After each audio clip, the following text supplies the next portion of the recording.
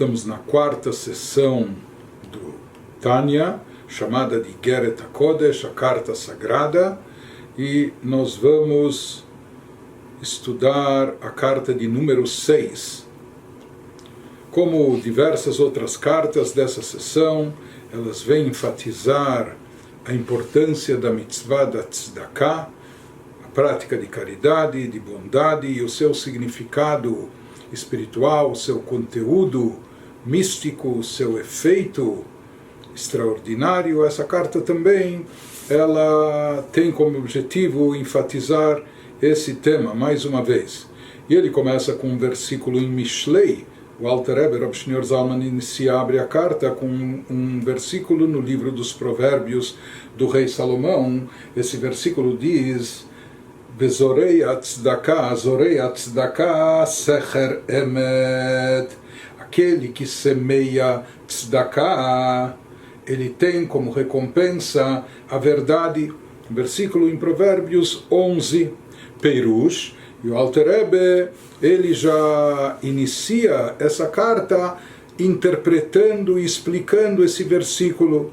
Perush, Sheschar Zriat Tzedakah, Umidat Emet. Ou seja, ele nos diz que isso significa que o atributo de verdade, ele se constitui na recompensa que é dada por Deus para aquele que semeia tzedakah, para aquele que dá tzedakah, e aqui no versículo é chamado de aquele que semeia a tzedakah.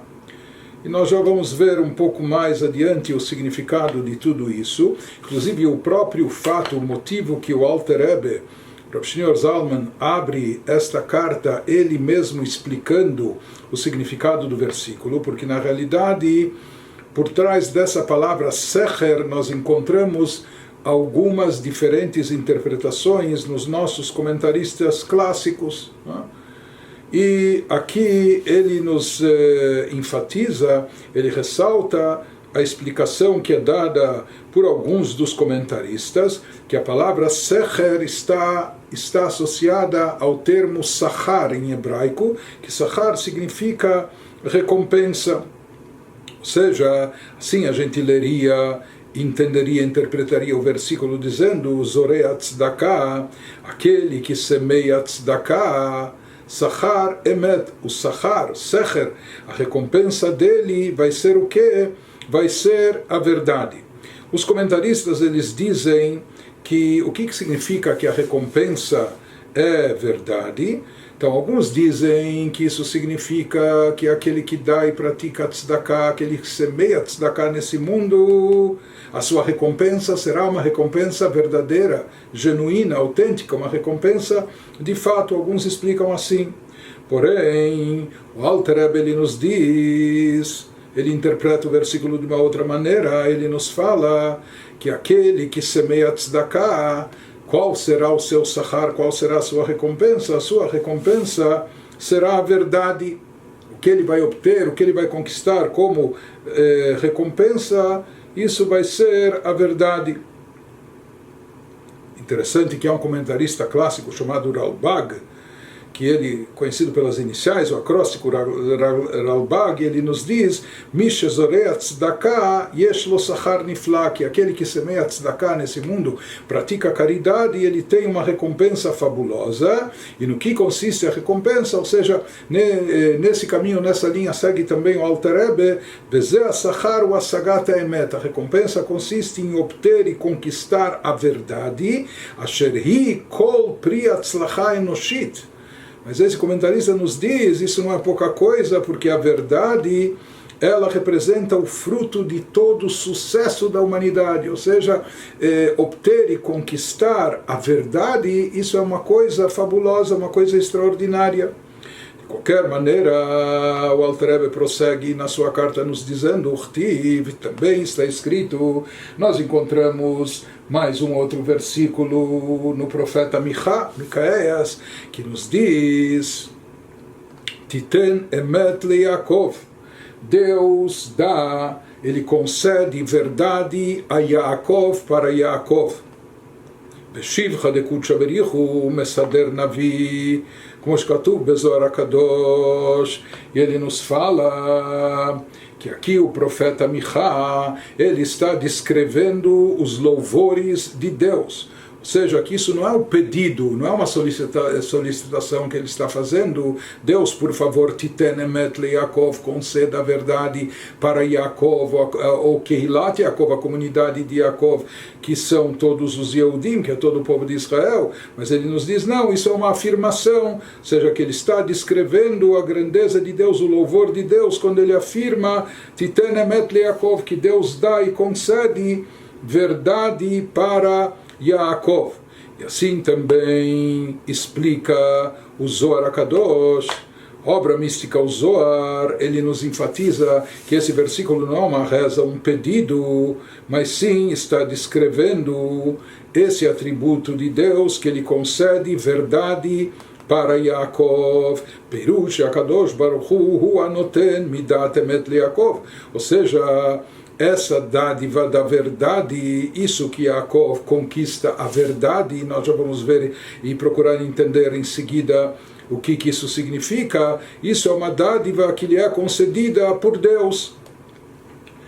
Depois de trazer esses versículos na abertura da carta, pergunta o Alter Rebbe, Betzarich Leavin, é necessário entender, V'chi ein emet beYaakov chas v'shalom, ad she'akadosh baruch hu yiten lo milmala. Será que não existe ou que falta verdade em Yaakov? Deus nos livre, atribuir isso ao patriarca Yaakov. Será que falta para ele verdade a tal ponto que Deus precisa lhe conceder verdade de cima? Está faltando, ele está carente de verdade? Essas são as perguntas que ele faz na abertura. O ponto básico da explicação que vai se seguir, o Alter Rebbe vai nos dizer, por mais que a pessoa se esforce e se empenhe no seu trabalho espiritual, no seu serviço a Deus, e ele se empenhe de forma verdadeira, genuína, ou seja, se esforça, etc.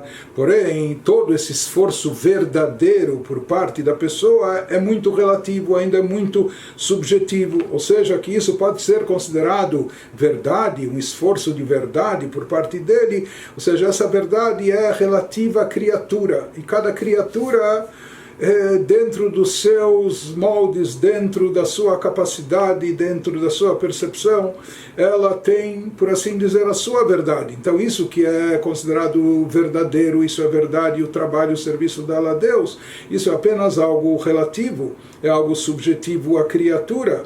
Porém, na realidade, aqui não se trata de uma verdade verdadeira, por assim dizer.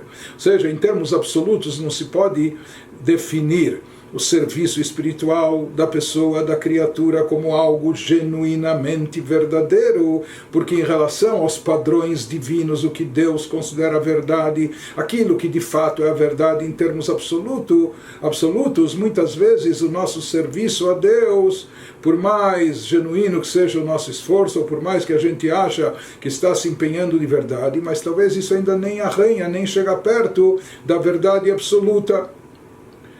Por isso, existe aqui um conceito adicional que Deus outorga a verdade para a pessoa.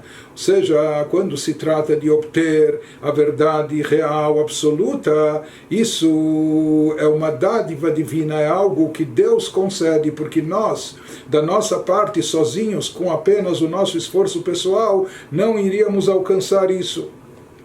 E ele vai nos dizer mais adiante como que a pessoa pode fazer jus e conquistar essa dádiva divina, que Deus lhe conceda a verdade absoluta de presente, ou seja, que o nosso serviço espiritual, etc., seja genuinamente verdadeiro. Ele vai nos dizer que isso pode ser obtido através de duas coisas: uma, através da prática da tzedakah, que ele chama aqui de semear tzedakah no versículo, e a outra fórmula para obter e conquistar essa verdade é através do serviço característico de Yaakov, através do serviço espiritual característico de Yaakov. E ele, porque o versículo nos falou, que Deus concede a verdade para Yaakov. Ele vai começar nos explicando aqui o segundo aspecto, a segunda fórmula, ou seja, aqui uma das maneiras de obter e conquistar essa verdade, ou seja, que o nosso serviço espiritual, nossa elevação espiritual seja genuína e verdadeira. Isso, essa força vem de cima, vem dos céus, é concedida por Deus. Então, uma das maneiras de conquistar isso é seguindo os passos do patriarca Yaakov e a sua forma de servir a Deus. E ele começa explicando isso, Hinei Modat Zot, é conhecido de Midat Emet e Midat Rachmanut, aquilo que está escrito, que consta nos livros, que o conceito de Emet, o atributo de Yaakov Avinu, quando nós nos referimos a Yaakov, o patriarca Yaakov, qual é a sua característica, qual é o atributo que ele personificava, e Midat Rachmanut, ele personificava o atributo de misericórdia, de compaixão. Essa era a característica de Yaakov Avinu, do patriarca Yaakov. Cada um dos patriarcas tinha uma característica própria. Abraham, ele personificava Chesed, bondade. Yitzhak já personificava mais temor reverencial a Deus, Gvurá, que está associado com rigor. Já Yaakov, que ele personifica a terceira da Sefirot, aquela do meio, por assim dizer, Tiferet, aquela Sefirá, aquele atributo que é chamado de beleza e esplendor, e nós já vamos ver um pouco do porquê ele leva esse nome. Então, isso está ligado com Rachamim, Rachamim, que significa compaixão ou misericórdia. E nós já vamos entender daqui a pouco a diferença entre Chesed, bondade, que era a característica de Abraham, e Rachamim, misericórdia, compaixão, que era a característica de Yaakov. Ele nos diz que Yaakov, ele tinha de forma mais evidente dentro de si o atributo de Tiferet, a terceira das forças chamadas emocionais, entre as Sefirot, os atributos divinos pelos quais ele rege o universo. Então, qual a característica de Tiferet? Por isso ela é chamada de beleza. Tiferet envolve, abrange dentro de si tanto Chesed como Gvurá, tanto Chesed, bondade, como também rigor e severidade. Ou seja, ela contém dentro de si ambas as coisas. Por isso ela é chamada de Tiferet, beleza, porque em geral, assim como uma roupa se torna bonita, ou uma pintura, um quadro, quando é utilizada uma única cor e tonalidade, pode ser clássico, pode ser interessante, mas o que dá mais vida, graça, beleza, o que torna a coisa mais esplendorosa, quando há uma combinação de cores, quando há uma mescla, uma mistura de tonalidades. Assim também, o que torna essa sefirá de Tiferet algo belo, esplendoroso, é justamente essa mescla que ela contém dentro de si das duas sefirot, de Chesed e de Gvurá, de bondade e de rigor e severidade. Então, assim, nós sabemos que Yaakov Avinu, ele personificava e representava Tiferet, porque de fato nós encontramos na Torá que Yaakov diz Elokei Abraham, quando ele se refere aos seus antepassados, pai e avô, ele fala Deus de Abraham, o pacha de Yitzhak, e o temor de Yitzhak, ou seja, a divindade de Abraham como o temor divino de Yitzhak, ali eu tinha dentro de mim, eu possuía para mim, ou seja, que ele combinava ambas as características, tanto a de Abraham como a de Yitzhak, dentro de si. E esse é um dos conceitos do atributo de Tiferet, que ele está ligado a característica de Rachamim, compaixão, misericórdia ou piedade. Chesed, o que significa bondade? Bondade, aquele que tem bondade, ele faz bondade com tudo e todos, até de forma indistinta, sem condições. Assim era Abraham. Abraham era uma pessoa bondosa, que praticava bondade, por isso ele era bondoso literalmente com todo mundo. Ele era capaz de suplicar a Deus até pelos habitantes de Sodoma e Gomorra, que eram as pessoas mais cruéis, pervertidas, as pessoas mais ruins, más que haviam na face da terra, sem solução. Mas até por eles Abraham intercedia. Quando Deus diz para Abraham, quando Abraham está preocupado com a continuidade do judaísmo das suas gerações, Então, Deus se revela a Abraão, fazendo uma promessa que ele vai ser abençoado no futuro, mas ele diz, Lu Ishmael Ichiel Fanecha, olha, para mim, quisera que já Ishmael, o filho que ele já tinha com a concubina Hagar, se ele seguir no teu caminho, tipo, para mim já está bom, ou seja, na bondade de Abraão, ele só via o bem, de forma indistinta em todo lugar. Ele só praticava a bondade com tudo e com todos, independente se aquela pessoa merecia um approach, uma atitude bondosa ou não. O que ele sabia fazer, o que ele gostava de fazer, o que ele praticava, Abraham era bondade, sempre bondade incondicional.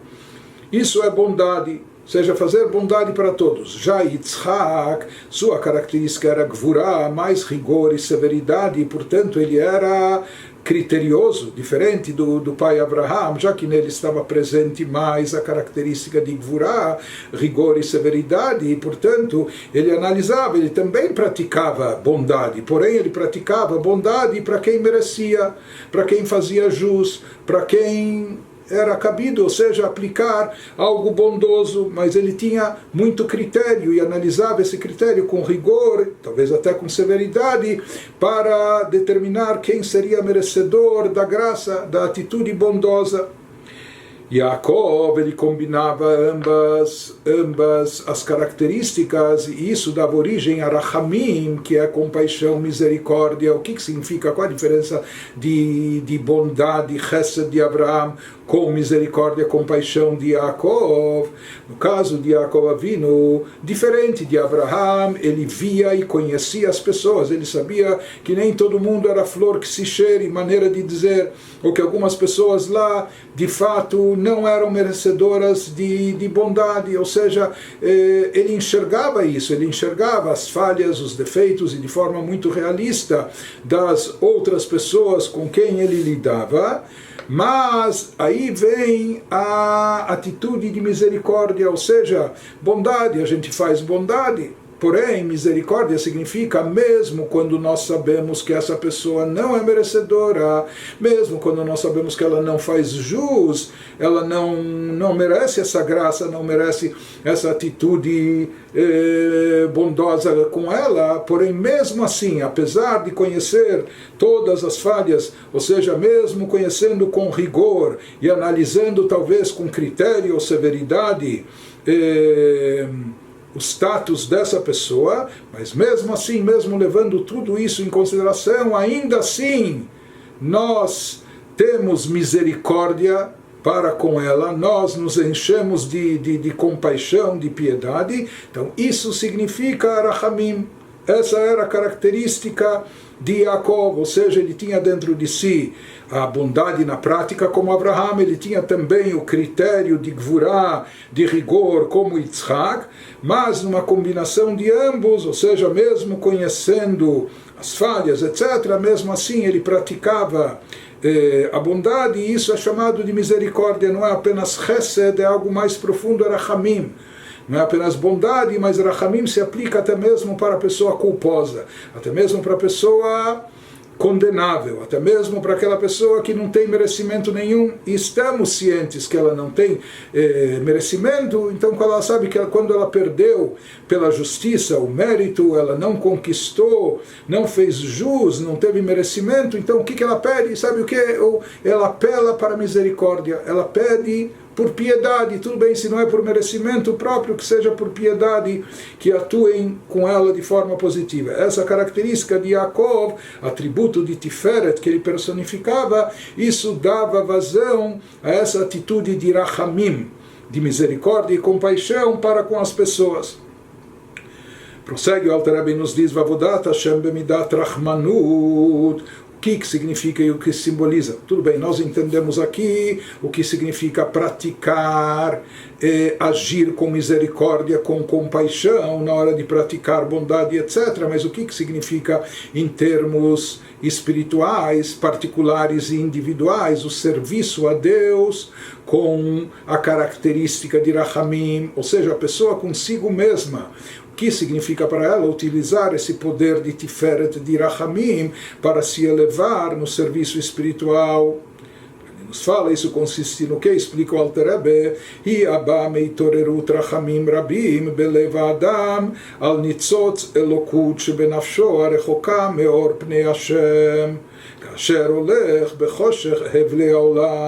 Ele nos diz que isso consiste na pessoa saber se conscientizar e saber despertar uma misericórdia intensa no seu coração, misericórdia, pena, piedade de si mesma. Em que sentido? Pessoa despertar uma misericórdia intensa sobre a centelha divina que se encontra na sua alma, ou seja, quando Yehudi se conscientiza que ele é portador de uma alma divina, que essa alma divina tem uma fagulha, uma centelha, uma faísca da própria divindade. Porém, a partir dos seus atos, já ele se encontra num habitat como o nosso, no mundo terrestre, o mundo materialista. Ele está revestido, investido num corpo físico que tem suas tendências, inclinações, etc.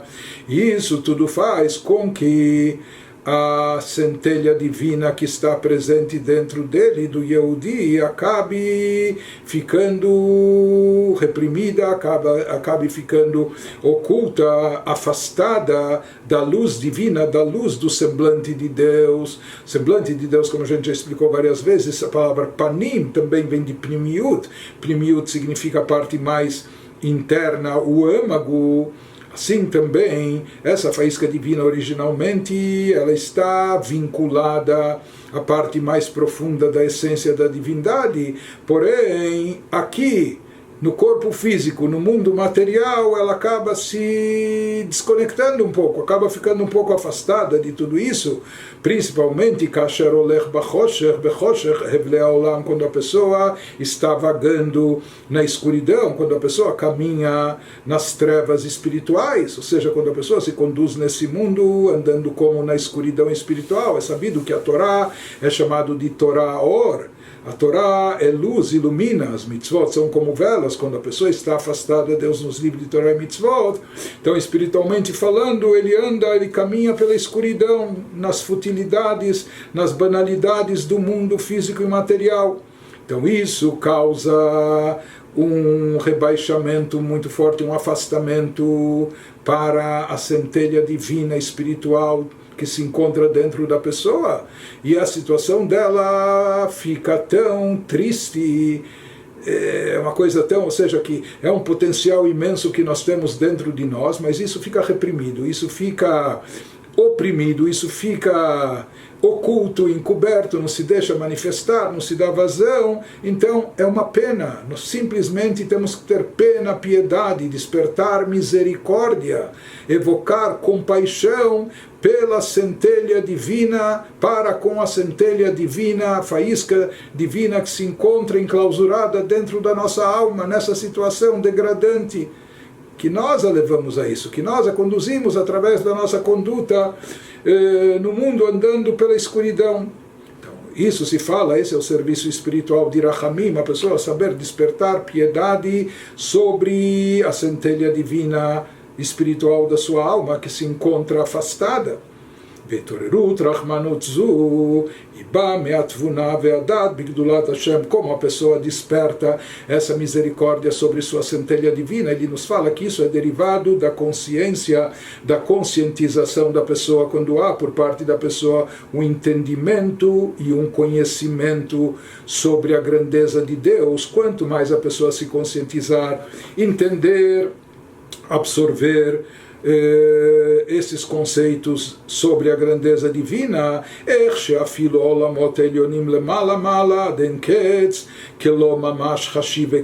quando a pessoa refletir sobre tudo isso que é transmitido nos estudos racídicos, místicos, etc., como todos os universos, até os universos superiores espirituais, todos aqueles mundos superiores que estão bem acima, ou seja, que eles estão infinitamente mais elevados do que o nosso plano terrestre material. Realmente aqueles mundos elevados, muito espiritualizados, etc. Porém, mesmo esses níveis sagrados e elevados diante de Deus, eles são considerados como nulos, como nada, ou seja, com toda a sua grandeza, grandeza, com toda a sua elevação, com toda a sua espiritualidade, mas diante da essência de Deus, eles são completamente nulos, considerados insignificantes, como absolutamente nada. Porque que kol shif'am vechayutam eino rak miziv ve'hara me'ot echad mishmo yitbarach k'mamar beyud nivra olam haba. Porque se a pessoa considerar aquilo que nós já estudamos anteriormente, já mencionamos até prolongadamente, quando se sabe que todo o fluxo vital que dá existência e vida a todos os seres e criaturas, inclusive os celestiais, superiores, elevados, toda a sua fonte de vida, todo o fluxo que emana dentro deles para deixá-los existentes, tudo isso é derivado do quê? Tudo isso vem apenas de um pequeno reflexo, de apenas um pequeno raio da luz divina, de um mero reflexo. E esse mero reflexo, ele é simbolizado numa metáfora que é utilizada pelos nossos sábios, como toda essa força, por assim dizer, é derivada de uma única letra do nome de Deus, como nós já falamos disso em carta anterior, que Mamar, como os nossos sábios afirmam, Beyud Nivra Olam Haba, que mesmo o mundo vindouro, que é um mundo elevado, um mundo espiritual, um mundo sagrado, etc., onde lá há manifestações infinitas, onde lá não há limitações físicas, não há o aspecto corpóreo, não há materialismo, pelo contrário, tudo lá é abstrato, espiritual, elevado, sagrado, mas todos esses mundos espirituais elevados, todos foram criados apenas a partir de uma única e pequena letra do nome de Deus, do tetragrama, que é a letra Yud. Então isso simboliza e representa o quê? Que na realidade a origem de todos os seres e criaturas, mesmo os mais elevados, tudo isso é proveniente e derivado de um mero reflexo, de um mero raio da luz divina, ou seja, de algo insignificante, o que torna, portanto, ou seja, se toda a vida e existência de todos os seres e criaturas, mesmo os mais elevados celestiais, tudo isso vem de um mero reflexo, como de uma única letra, não é? Assim como, imagina, o ser humano até que é limitado, é mortal, finito, mas para ele uma letra, uma palavra não representa nada. Então, quanto mais a Deus que é infinito e limitado, uma letra de onde se origina todos esses campos espirituais também é completamente, tudo isso é insignificante. Ele nos fala, Vehine beziv ve'harazu, Sheu itpashtut achayut mishmo yitbarach, desse raio da luz divina, desse reflexo derivado de Deus. Isso representa uma propagação da vitalidade oriunda do nome sagrado de Deus. Essa força vital derivada do nome de Deus, ela vem para dar vida e existência a todas as criaturas, seja superiores espirituais, como inferiores às criaturas terrestres. Então ele nos diz, quando a gente considera esse reflexo da divindade, aí aí existe uma diferença e variação ben elionim letachtonim, se formos comparar os seres, criaturas, os campos espirituais superiores em relação aos seres e criaturas do campo terrestre, físico e material, do campo inferior. Existe uma diferença, por isso os nossos sábios afirmam que esse nosso mundo material é derivado de uma outra letra, também só de uma letra do nome de Deus, mas de outra letra, da letra Rei.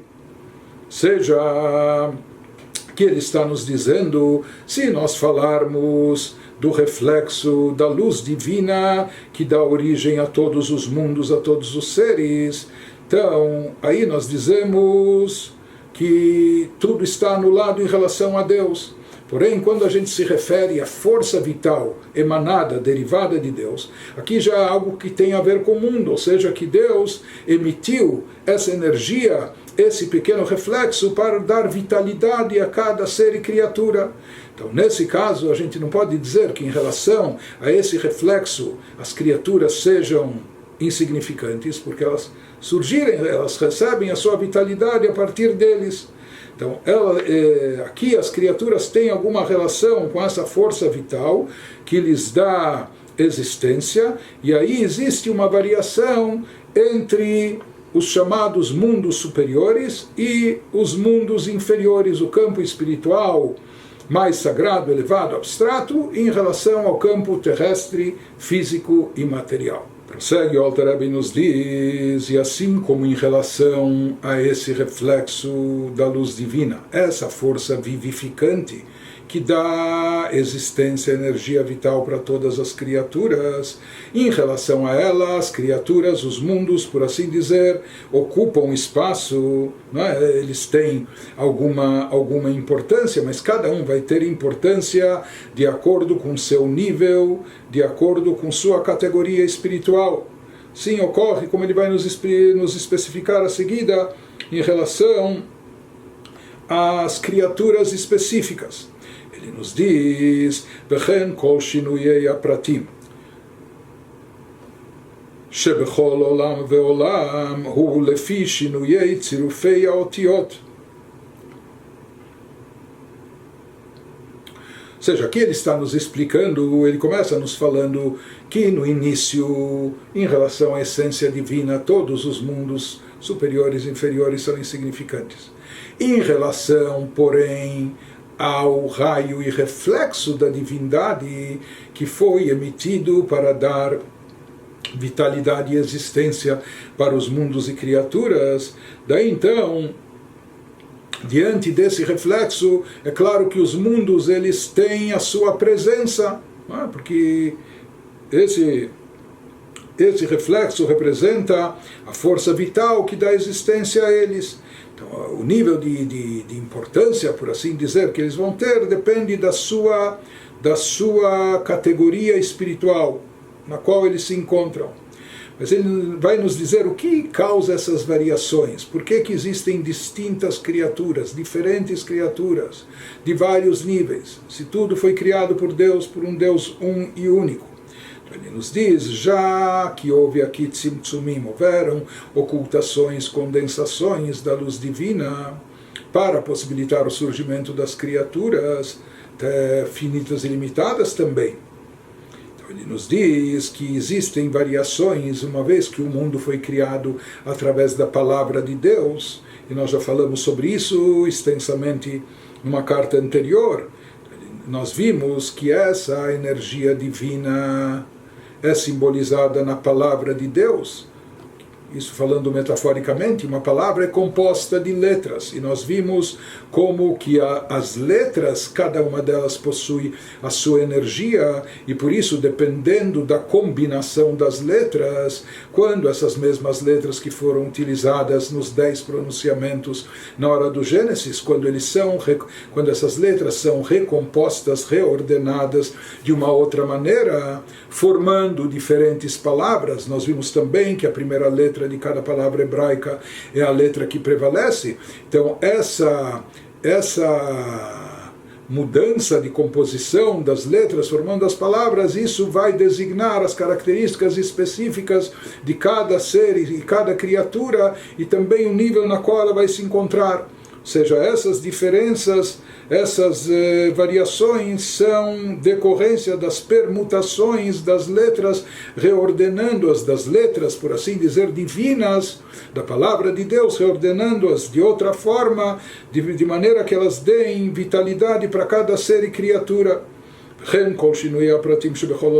Portanto, se existem diferenças de níveis em cada plano espiritual, diferente a Tzilut, de Briá, de Yetzirah, Asiyah, os chamados quatro mundos espirituais, o Lefi, Shinuyei, Tzirufei, Aotiot, isso também é derivado da mudança, da permutação de letras na combinação de palavras das letras divinas.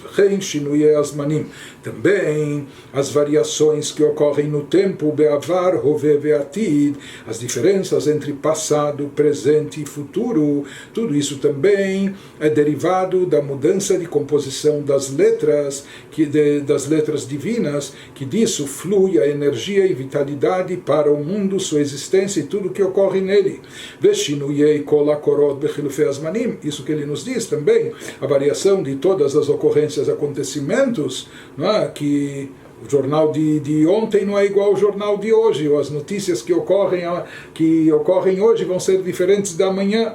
Então ele nos diz que tudo também que muda no mundo, as diferentes situações que ocorrem, tudo isso também está relacionado, é derivado das mudanças de combinações das letras sagradas da palavra de Deus. Akol mishinuyei tzirufei aotiot.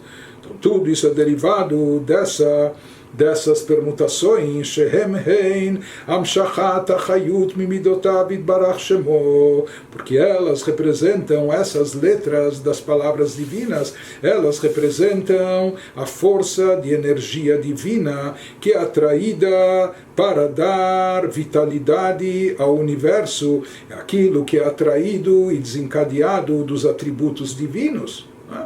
Então isso, por assim dizer, se materializa, toma corpo através das letras das palavras de Deus.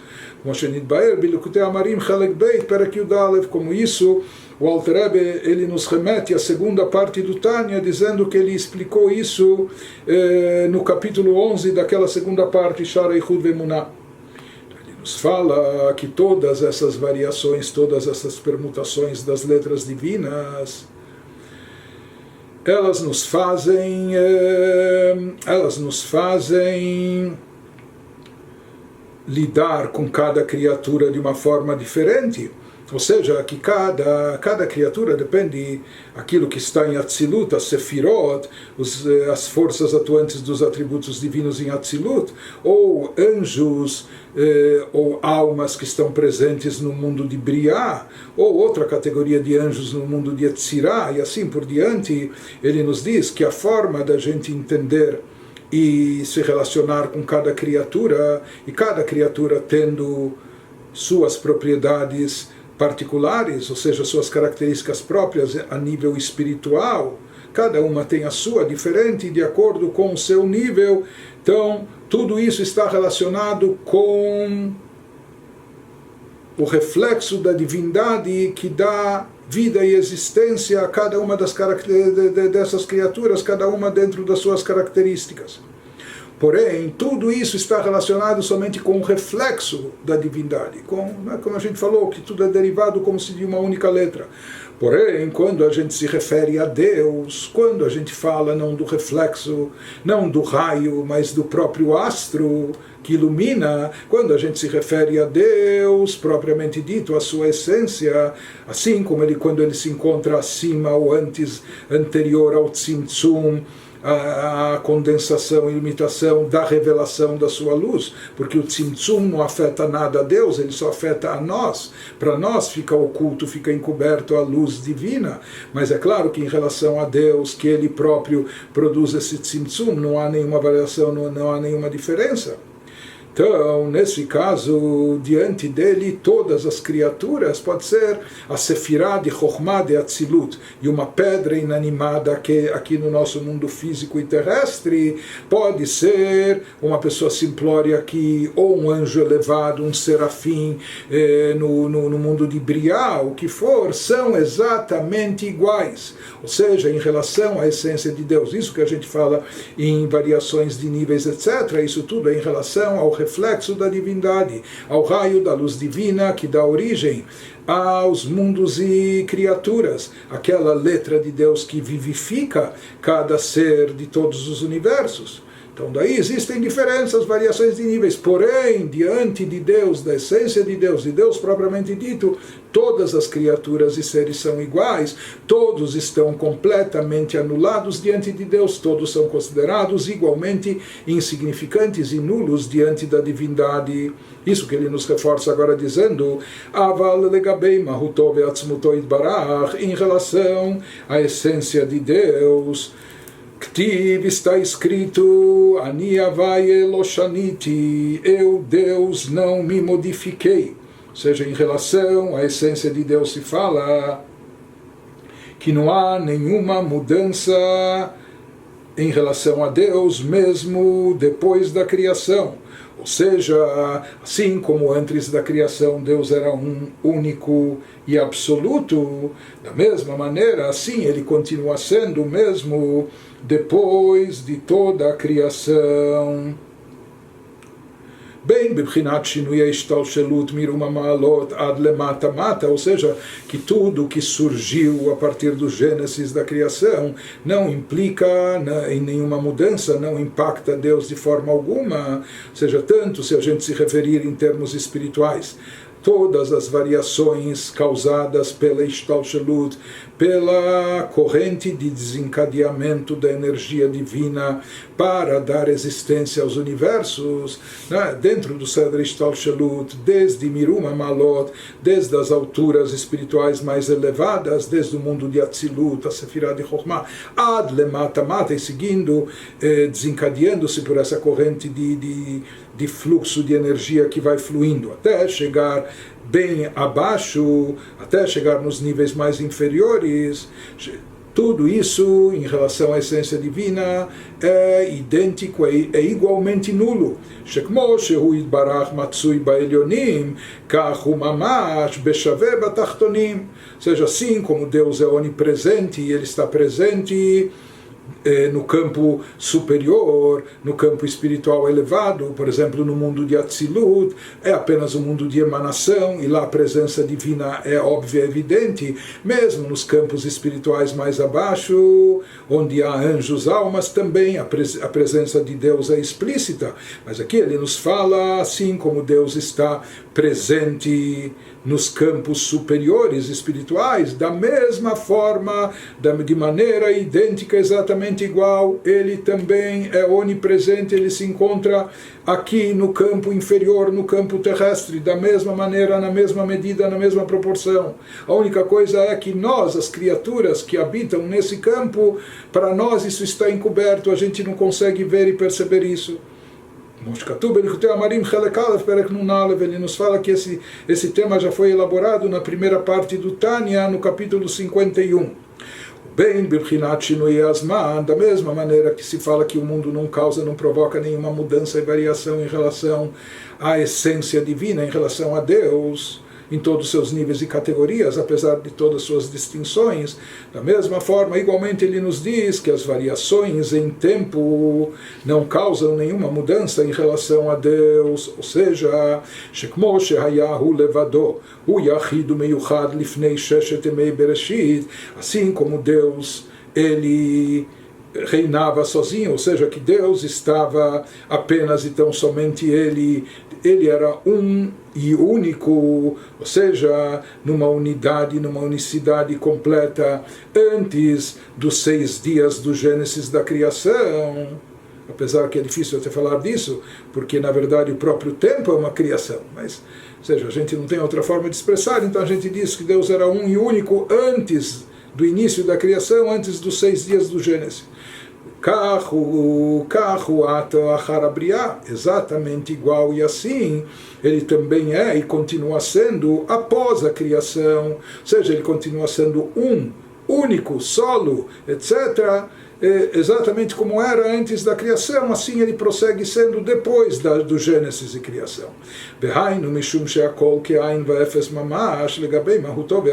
Como é possível?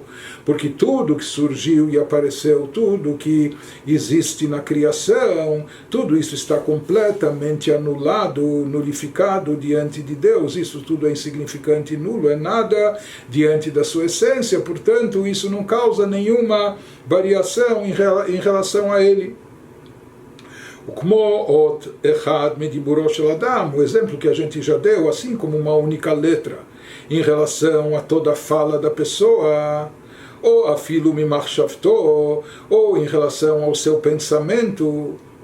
Então, imagina, a pessoa fala tantas coisas, e a pessoa pensa muito mais, etc. Então, o que representa uma única letra? Até diante de um ser humano limitado, com tempo de vida estipulado, um ser humano mortal, limitado, mas uma letra diante do ser humano é completamente insignificante, nada representa. Legabei klalut mahuta nefesh asichlit ve'atzmuta, ou seja, se equiparada essa letra em relação à alma, ao poder intelectual do ser humano, à essência da sua alma, do seu ser, então a letra é completamente uma letra, é algo completamente insignificante. Então ele nos diz, al derech mashal leshakech et haozen, ou seja, nós utilizamos esse exemplo apenas para apaziguar os nossos ouvidos, ou seja, para permitir que a gente escute e absorva uma ideia que, em relação a Deus, quando a gente se trata do infinito, do ilimitado, a gente nem é capaz de ouvir, de escutar algo que foge do alcance da nossa mente. Então, apenas para ilustrar, a gente toma esse exemplo que mesmo uma letra para um ser humano é insignificante. Então, no momento que nós dizemos que todo o universo foi criado a partir de uma única letra da palavra divina, do nome de Deus, então, quanto mais Deus é infinito e ilimitado, tudo é completamente nulo, insignificante diante dele, por isso não causa nenhuma mudança ou variação. O Bemet, de fato, assim está escrito, assim a gente diz na nossa liturgia, Ein aroch eilech aktiv, que não há nada que se compare e se assemelhe a Deus. Então, as metáforas, os exemplos que a gente utiliza é apenas para aproximar um pouco da nossa compreensão, não é para trazer o conceito de forma mais próxima de nós, mas Deus, ele está infinitamente mais elevado e, portanto, para ele, esses conceitos, esse de anulação, de significância, são incomparavelmente maiores, como isso tudo já foi explicado também no outro lugar, na segunda parte do Tânia, no capítulo 9, ele nos encaminha e nos indica estudar o que está lá exposto, e isso aprofunda-nos nesse assunto.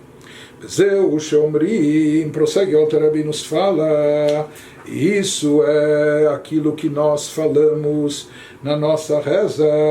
Ou seja, nós dizemos Amelech Hameromam Levado Meaz, o rei que é exaltado sozinho desde antes dos tempos.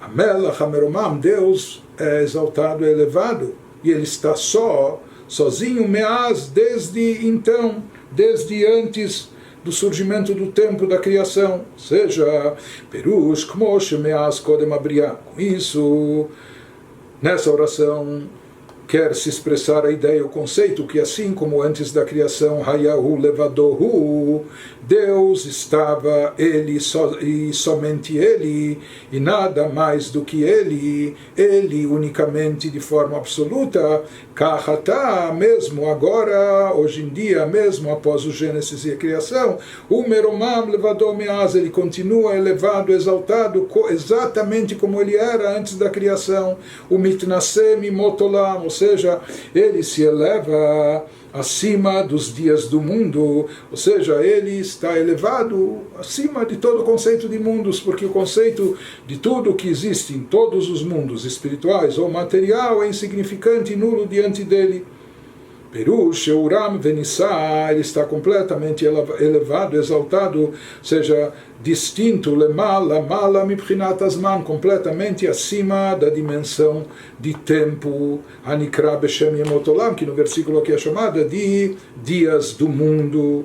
Então Deus está acima do mundo, portanto ele está acima do tempo do mundo também. Ou seja, por isso ele é elevado, porque ele é transcendental, porque ele está tão acima de tudo isso, completamente acima, que tudo isso não diz respeito a ele, é insignificante diante dele.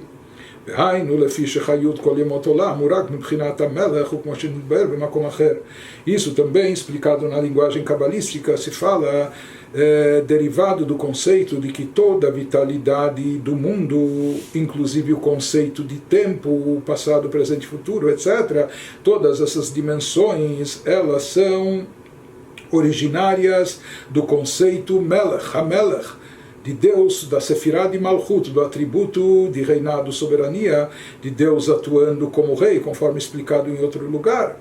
E nós já vimos que Malchut está relacionado com fala, com expressão verbal, assim diz o Zohar, Tikkun Zohar, Malchut Peh, que Malchut é como a boca, por isso, a partir de Malchut, boca é de onde se proferiu, boca figurativa, não é?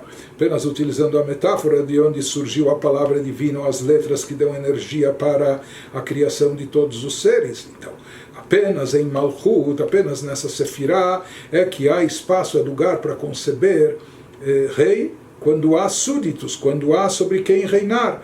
Então aqui existe já um vínculo a partir dessa Sefirah de Malchut, dessa energia divina do reflexo da divindade com as criaturas, mas apenas nesse plano inferior, na última da Sefirot de Malchut, mas a essência de Deus é completamente transcendental, é completamente elevada, desvinculada do mundo, do universo, da dimensão espaço, como tempo e todos os aspectos de todas as criaturas materiais e espirituais. Por isso, Deus, a essência de Deus, está completamente acima disso. Então, aqui, tudo, quem se lembra, ele está nos descrevendo o que significa refletir e meditar sobre a grandeza de Deus, porque ele estava nos dizendo como a pessoa vai despertar piedade e misericórdia sobre a sua centelha divina, que se encontra limitada, se encontra enclausurada dentro do corpo físico da pessoa, com suas tendências, inclinações corpóreas e com suas vontades materialistas, etc., o que acaba obscurecendo essa centelha divina. Então nós falamos como a pessoa vai despertar misericórdia e compaixão sobre a sua espiritualidade reprimida através da meditação na grandeza de Deus. Então, quando a pessoa, por um lado, refletir e meditar em tudo isso que nós expusemos acima, descrevendo a grandeza de Deus, o quanto todos os mundos, universos estão completamente anulados diante dele, são totalmente insignificantes diante dele. Então, pensando em tudo isso, depois isso deve levar a pessoa a concluir, Veilezot, já que assim, Arachmanut Gdola Meod Meod, imagine o quanto não deve ser grande a compaixão e misericórdia, uma piedade muito, muito intensa, Alanitzot, sobre aquela centelha divina que está banida aqui dentro do nosso aspecto físico corpóreo, Ashochen Begufa Hashuch Veafel, essa centelha divina que está habitando, está enclausurada nesse corpo obscuro, escuro e obscuro em termos espirituais, esse corpo que no Zohar é chamado de Mashcha de Chavia. Zohar chama o corpo da pele da serpente. Hoje em dia tem gente que faz bolsas ou até sapatos usando pele de cobra, mas aqui ele nos diz que, de acordo com o Zohar, pele de cobra é o nome que se dá ao corpo. Que cobra, que serpente, isso faz alusão àquilo que se conta no Gênesis, da cobra levando o ser humano ao mal e a pecar. Então a serpente aqui, ela simboliza as forças do mal, as forças do pecado, aquela inclinação para o lado negativo, aquelas forças que estão atuando no sentido contrário. E o Zohar nos diz que o corpo, com suas tendências, o corpo na verdade é um veículo. O problema é, ele está no mundo materialista, ele está cercado de tudo que está cercado, e há um apelo muito grande, um assédio muito grande para que ele busque autossatisfação, o prazer físico, corpóreo, etc. Então ele acaba caindo onde ele cai. Por isso o Zohar chama o corpo é uma embalagem, mas ele chama isso da pele da serpente. Ou seja, ele leva esse nome, uma vez que o Nahash HaKadmoni, essa serpente que é descrita no Gênesis, como nós falamos, que ela foi a fonte do mal, ela foi a origem do pecado, aquilo que seduziu, que levou o ser humano a pecar e desviar-se da bondade divina. Apesar que o corpo da pessoa, ele é de klipat noga, daquela klipá, é uma casca, a casca da serpente, não é? Mas daquela casca ainda que contém alguma luz.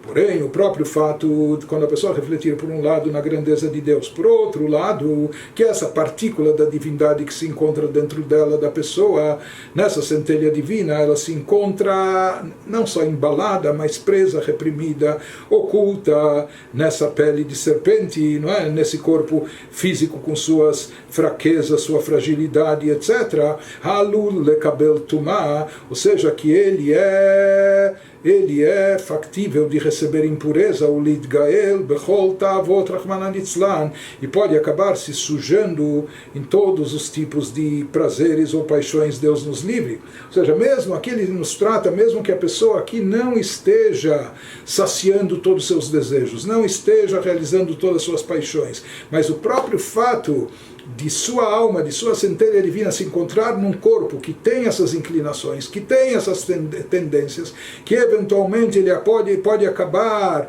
se envolvendo com as coisas negativas, impurificando a si mesmo, sujando a si próprio em termos espirituais. Então isso por si só já deve despertar uma extrema misericórdia e piedade dessa centelha divina presente dentro de nós. Porque de acordo com o que dizem nossos sábios, se não fosse Deus que nos ajuda, que nos protege, se não fosse Deus que serve de escudo para a nossa espiritualidade, e nos concede força e vigor, para combatermos o nosso corpo com suas inclinações físicas, com sua busca de prazeres físicos e corpóreos, e também, ou seja, se não fosse Deus que nos dá força e vigor para lidar com o corpo, para combatê-lo e combater todas as inclinações, paixões, desejos, etc., e vencê-los, a gente não conseguiria. Isso que está escrito, Adon Uzeino, que Deus é o Senhor da nossa força, Ele nos dá a força. Se não fosse a força que nós recebemos de Deus, a gente não conseguiria lidar com tudo isso. Magein Isheinu, Ele é o escudo da nossa salvação, ou seja, para nós é uma salvação que Deus nos auxilia, nos dá força, servindo de escudo contra todas propostas do mal, contra todo o assédio do mal interno que existe dentro de nós, etc. Então ele nos diz o próprio fato de saber que nós estamos nessa condição, nós estamos aqui, ou seja, a nossa estrutura espiritual, a nossa faísca divina se encontra muito fragilizada, onde ela está, se encontra em estado de risco, no lugar, no habitat que ela se encontra, ou revestida de um corpo físico no mundo material. Então o próprio fato de saber que nós estamos aqui nessa situação, suscetíveis a todas essas quedas espirituais, etc., mesmo que a pessoa nem tenha cometido aqui pecados e transgressões, nem que ela ainda não sujou a sua alma em termos práticos, mas o próprio fato dela estar sujeita e suscetível a isso, isso por si só já tem que despertar uma grande misericórdia sobre a sua centelha divina e o estado que ela se encontra. Então ele nos diz, se todos os mundos superiores, eles estão, como a gente explicou anteriormente, eles estão distantes da luz de Deus. Por quê? Porque Deus, na sua essência, é tão elevado, etc. Então ele diz, se até os mundos espirituais elevados são considerados distantes, então imagina o quanto nós não estamos distantes por estarmos aqui nesse plano terrestre materialista, nesse mundo por obsessão física, etc. Então, a misericórdia e piedade da nossa alma, que devemos despertar pela nossa alma e espiritualidade que desceu para esse mundo, tem que ser muito grande e intensa. Quando a pessoa se conscientiza disso, então ela deve despertar, simplesmente ela vai ter pena da sua alma, ela vai ter piedade da sua espiritualidade, ela vai despertar misericórdia sobre sua centelha divina. E esse é o trabalho espiritual de Yaakov, que Yaakov está ligado com Rachamim, com misericórdia, compaixão. Então o serviço espiritual de cada indivíduo de despertar compaixão não é de ter autopiedade, mas de despertar compaixão pela sua espiritualidade, pela sua centelha divina, que está aqui nesse campo físico, terrestre e material, exposta a tanta coisa.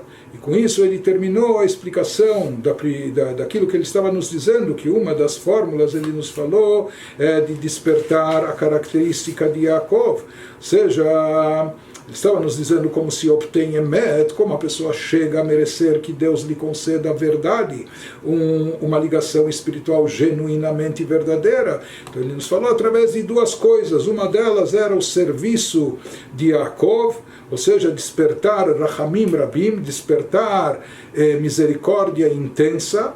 Nós vimos sobre quem? Sobre a centelha divina, e ele explicou como fazer isso, primeiro refletindo na grandeza de Deus, etc. Em seguida, a segunda fórmula de como atrair essa verdade genuína sobre nós é através da prática da tzedakah. Isso ele vai nos explicar mais adiante.